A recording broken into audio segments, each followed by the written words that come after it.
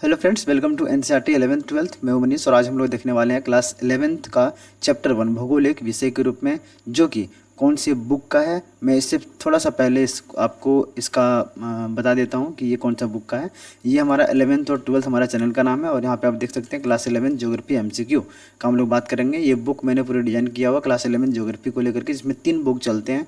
पहला जो बुक है वो बुक का नाम है भौतिक भूगोल के मूल सिद्धांत, जो सो बुक का नाम है। और इस भूगोल में इस जो बुक है इसमें टोटल जो 15 चैप्टर 16 चैप्टर दिए हुए हैं। ये 14 चैप्टर दिए हुए हैं। इन 14 चैप्टर में से सबसे पहला जो चैप्टर है वो है कौन सा, भूगोलिक विषय के रूप में। और आज हम लोग जो सो इस चैप्टर को करेंगे और इसके बाद हम लोग टोटल एक के बाद एक सारे चैप्टर को जो सो कंप्लीट देखेंगे। तो सबसे पहला जो चैप्टर है भूगोलिक विषय के रूप में, आज हम लोग इस चैप्टर को देखेंगे। और ये चैप्टर क्या है, देखिए, भौगोलिक विषय के रूप में। यहाँ पे सबसे पहला जो प्रश्न है कि ज्योग्राफी शब्द का जो सर्वप्रथम प्रयोग है वो किस विद्वान ने किया था। ज्योग्राफी शब्द का जो सर्वप्रथम जो प्रयोग है वो जो सो इरेटोस्थनीज नामक विद्वान ने किया था। दूसरा क्वेश्चन है कि प्रश्न है कि भूगोल शब्द जो है सो किन 2 यूनानी शब्दों से मिलकर के बना हुआ है। तो यहाँ पे आप देख सकते हैं कि जो ज्योग्राफी जो शब्द है जियो प्लस ग्राफी है ना, जियो प्लस ग्रोप सबसे जो से मिलकर बना हुआ है, यानी कि ऑप्शन नंबर सी यहाँ पे राइट हो जाएगा। तीसरा क्वेश्चन है कि भूगोल का मुख्य उद्देश्य क्या है। तो भूगोल का जो मुख्य उद्देश्य है वो क्या है। तो भूगोल का मुख्य उद्देश्य क्या नदियों की लंबाई मापना है, नहीं, ये ऑप्शन गलत हो जाएगा। पृथ्वी के विभिन्न स्थानों की भौतिक और सामाजिक विविधता को समझना है, ये ऑप्शन यहाँ पे राइट हो जाएगा। अगला क्वेश्चन है कि निम्नलिखित में से कौन सा भूगोल की शाखा नहीं है। यहाँ पे ऑप्शन दिया भौतिक भूगोल, मानव भूगोल, खगोल भूगोल और पारिस्थितिकी भूगोल। इनमें से कौन जो है सो उसका भाग नहीं है। तो खगोल भूगोल जो है सो उसका भाग नहीं है। बाकी भौतिक भूगोल, मानव भूगोल और पारिस्थितिक भूगोल जो है सो किसका भाग है, तो भूगोल की शाखा है। अगला क्वेश्चन है कि निम्नलिखित में से कौन सी शाखा भौतिक भूगोल के अंतर्गत आती है। तो कौन सी शाखा है जो भौतिक भूगोल के अंतर्गत में आती है। तो यहाँ पे देखिए, लोक गाथा भूगोल, आर्थिक भूगोल, वायुमंडलीय विज्ञान या धार्मिक भूगोल। तो यहाँ पे वायुमंडलीय विज्ञान जो है इसका राइट आंसर हो जाएगा। तो क्वेश्चन पूछेगा कि निम्नलिखित में से कौन सी शाखा भौतिक भूगोल के अंतर्गत आती है, तो वायुमंडलीय विज्ञान यहाँ पे राइट आंसर हो जाएगा। भूगोल का कौन सा पहलू डिड यू नो बॉक्स में बताया गया है। तो भूगोल का जो कौन सा पहलू है जो डिड यू नो बॉक्स में बताया गया है, तो यहाँ पे डी ऑप्शन राइट हो जाएगा हमारा। भौतिक और सामाजिक प्रक्रियाओं का आपसी संबंध के बारे में जो सो बताया गया है।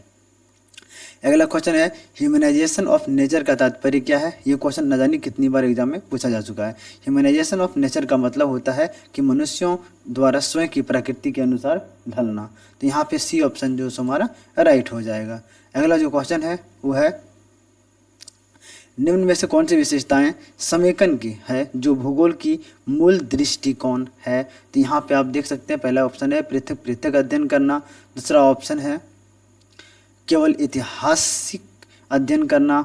और तीसरा है ऑप्शन है यहाँ पर कि प्राकृतिक और मानव घटकों का एक साथ अध्ययन करना। और चौथा ऑप्शन है केवल स्थानीय अध्ययन करना। तो यहाँ पे सी ऑप्शन इसका राइट हो जाएगा, प्राकृतिक और मानव घटकों को एक साथ अध्ययन करना राइट आंसर हो जाएगा। अगला क्वेश्चन है कि निम्नलिखित में से कौन सा सामाजिक भूगोल के अंतर्गत में आता है। तो यहाँ पे सामाजिक भूगोल के अंतर्गत में जो है जनसंख्या का वितरण आता है।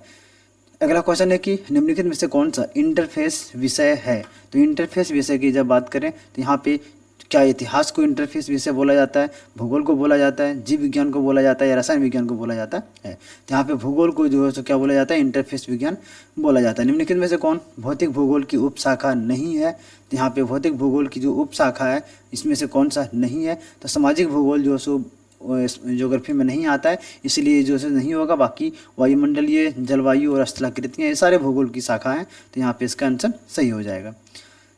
अगला क्वेश्चन है कि भूगोल को एक समेकित विषय माना जाता है, इसका क्या तात्पर्य है। तो भूगोल को एक समेकित विषय माना जाता है, इसका तात्पर्य है कि यह जो सो भौतिक, क्या इसमें ये ऑप्शन है कि इसमें केवल भौतिक तथ्यों का वर्णन किया जाता है। दूसरा ऑप्शन है यह केवल आंकड़ों पर आधारित होता है, यह मानव मानचित्र से संबंधित होता है, यह भौतिक और सामाजिक तथ्यों को जोड़कर समझाता है। तो यहाँ पे डी ऑप्शन इसका राइट आंसर हो जाएगा।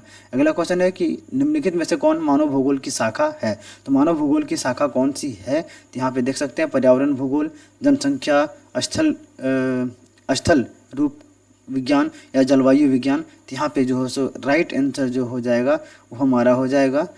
क्वेश्चन है कि निम्नलिखित में से मानव भूगोल की शाखा कौन सा है। थोड़ा सा कन्फ्यूजिंग क्वेश्चन, क्योंकि पर्यावरण भी भूगोल के अंतर्गत में आता है, जनसंख्या भी आता है और जलवायु भी आता है, लेकिन स्थल रूप विज्ञान नहीं आता। लेकिन यहाँ क्वेश्चन पूछा गया कि निम्नलिखित में से कौन मानव भूगोल की शाखा है। तो यहाँ पे जिस ऑप्शन के साथ हम लोग जाएंगे वो जनसंख्या भूगोल के साथ में जाएंगे, क्योंकि मानव भूगोल की बात किया है, इसलिए जनसंख्या भूगोल यहाँ पे राइट आंसर हो जाएगा।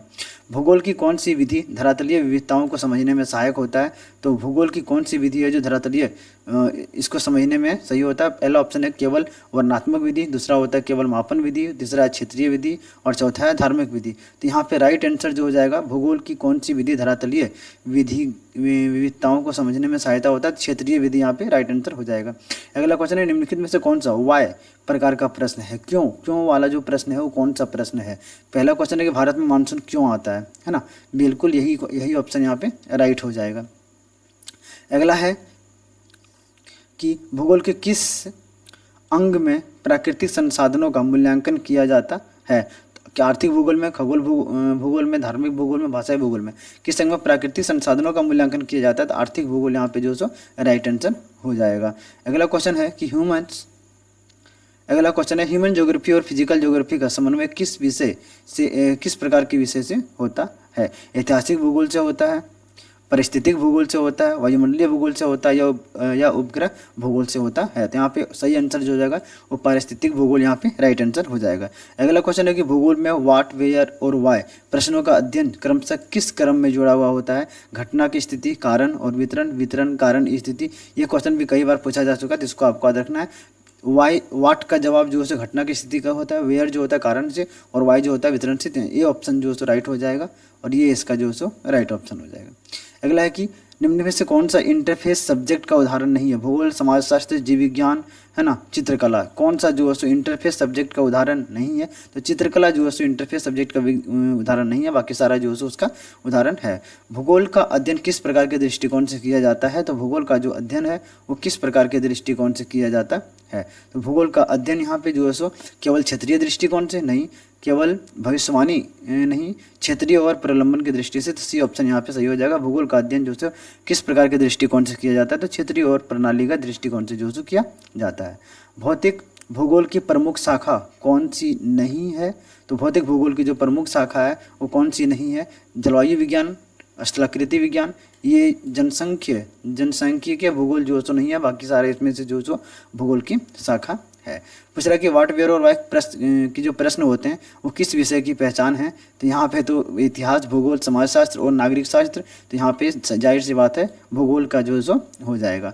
जैसे भूगोल में किसी घटना जैसे वर्षा हो गया, पर्वत हो गया, बाढ़ आदि के क्या, कहाँ और क्यों का अध्ययन का प्रमुख होता है। ये डिस्क्लेमर थोड़ा सा मैंने लगा दिया है। मानव भूगोल का मुख्य काम क्या होता है? तो मानव भूगोल का जो मुख्य काम होता है वो क्या होता है? मनुष्य और पर्यावरण के संबंधों का अध्ययन करना जो सो मानव भूगोल का प्रमुख काम होता है। भूगोल की एक समेकित विषय क्यों कहा जाता है? तो भूगोल को एक समेकित विषय जो कहा जाता है, क्यों कहा जाता है? क्योंकि यह जो है केवल आंकड़े एकत्रित करते हैं, जिस कारण से इसे समेकित विषय कहा जाता है। अगला क्वेश्चन है कि भूगोल की कौन सी शाखा मानव की प्राकृतिक पर्यावरण के आपसी संबंधों को समझाती है? तो यहाँ पे क्या स्थल रूप विज्ञान होगा, क्या पारिस्थितिकी भूगोल होगा, क्या वायुमंडलीय भूगोल होगा, क्या समुद्री भूगोल होगा? तो यहाँ पे राइट आंसर जो हो जाएगा बी ऑप्शन हो जाएगा, पारिस्थितिकी भूगोल हो जाएगा। अगला क्वेश्चन है कि कौन सा कथन सही है ना? भूगोल केवल पृथ्वी के सतह को समझता है, भूगोल केवल पर्यावरण की रक्षा करता है, भूगोल एकमात्र सामाजिक विज्ञान है, भूगोल प्राकृतिक और सामाजिक तत्वों के अंतर संबंधों को समझता है। तो यहाँ पे डी ऑप्शन जो है हमारा राइट हो जाएगा। भूगोल जो है तो क्या करता है? प्राकृतिक और सामाजिक तत्वों के बीच के अंतर संबंधों को समझता है। अगला क्वेश्चन है कि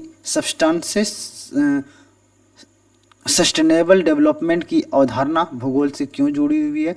तो इसका जो ऑप्शन है, आप सारे ऑप्शन को देखिए। क्योंकि भूगोल केवल पर्यावरण की बात करता है, क्योंकि भूगोल भूतकाल को ही बताता है, क्योंकि भूगोल संसाधन के विवेकपूर्ण उपयोग का ज्ञान देता है, क्योंकि भूगोल तकनीक विज्ञान है। यहाँ पे जो इसका राइट आंसर हो जाएगा वो क्या हो जाएगा? ये इसका राइट आंसर जो हो जाएगा, क्वेश्चन है कि सस्टेनेबल डेवलपमेंट की अवधारणा भूगोल से जुड़ी हुई है। तो सस्टेनेबल भूगोल की जो जुड़ी हुई है, तो इसका क्योंकि भूगोल केवल पर्यावरण की बात करता है, भूगोल भूतकाल को ही बताता है। यहाँ पे सी ऑप्शन इसका राइट होगा, क्योंकि भूगोल संसाधन को विवेकपूर्ण उपयोग को ज्ञान देता है। ये सब क्वेश्चन थोड़ा कंफ्यूजिंग क्वेश्चन होता है, इसमें सारा ऑप्शन लगभग का मतलब एक ही होता है। तो यहाँ पे जो है सी ऑप्शन जो हमारा राइट आंसर हो जाएगा। अगला क्वेश्चन है भूगोल सूचना प्रणाली GIS का प्रयोग मुख्यतः किस में होता है?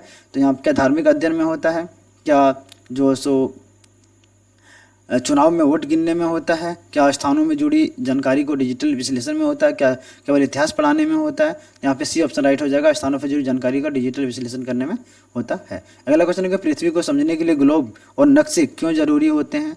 देखिए, पृथ्वी को समझने के लिए जो है ग्लोब और नक्शे जरूरी होते हैं क्योंकि वे पृथ्वी के स्थानिक विवरण को दर्शाते हैं, जिस कारण से उसकी हमें ज़रूरत होती है। और यहाँ पे पहला चैप्टर जो है हम लोग का खत्म हो गया। अब हम लोग दूसरे चैप्टर की ओर बढ़ेंगे दूसरे वीडियो में। तो अगर आप चैनल पर नए हैं तो चैनल को सब्सक्राइब कर लें। चैनल हमारा NCERT 11th 12th के नाम से है। इसको लाइक, शेयर और सब्सक्राइब जरूर करें ताकि अधिक से अधिक लोगों तक हमारे वीडियो पहुँचे और हमें भी जल्द से जल्द हमारा क्राइटेरिया पूरा हो और मैं आप लोगों के साथ लाइव जुड़ करके और आप लोगों से इंटरेक्शन करके और पढ़ा सकूँ। तो इसके लिए धन्यवाद। फिर मिलते हैं नेक्स्ट वीडियो में, तब तक के लिए धन्यवाद। Bye bye, take care.